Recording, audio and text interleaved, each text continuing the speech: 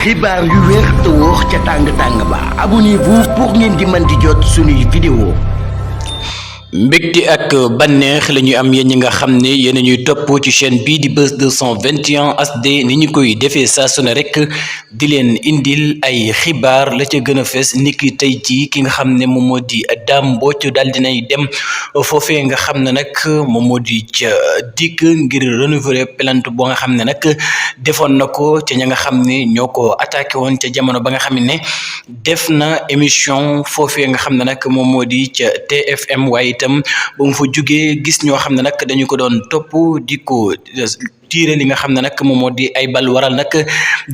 ñu gisoon ca image ki nga xam ne nag moom moo di Jérôme Bandiaky ginnaaw bi nga xamee ne moom Dame Mbodj dugg na ci la nga xam ne nag moom moo di ca hôtel ba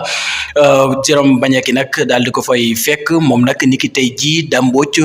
dem na foofee nga xam ne nag moom moo di ca dikk renouveler plainte ba nga xam ne nag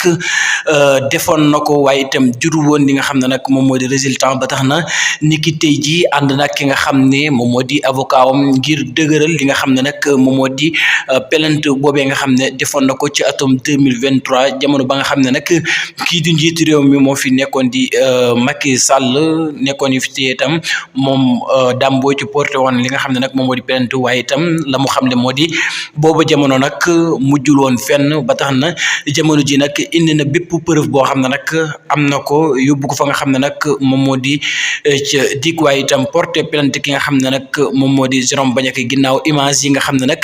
gis na ko ca jamono ba nga xam ne nag moom ma nga nekk ca hôtel boobee ñoom nag ñu daal di ko fay fekk kon nag Dame Mbodj jamono ji jàpp na ne nag boobu lépp dossier lépp loo xam ne nag xew na ci dana ko daal di xam waaye itam la mu gën a bëgg a xam nag du leen lu dul mu xam kan moo yónni woon kookee nga xam ne nag moom moo di Jérôme Bandiaky ngir mu daal di tiire ay bal ci kawam.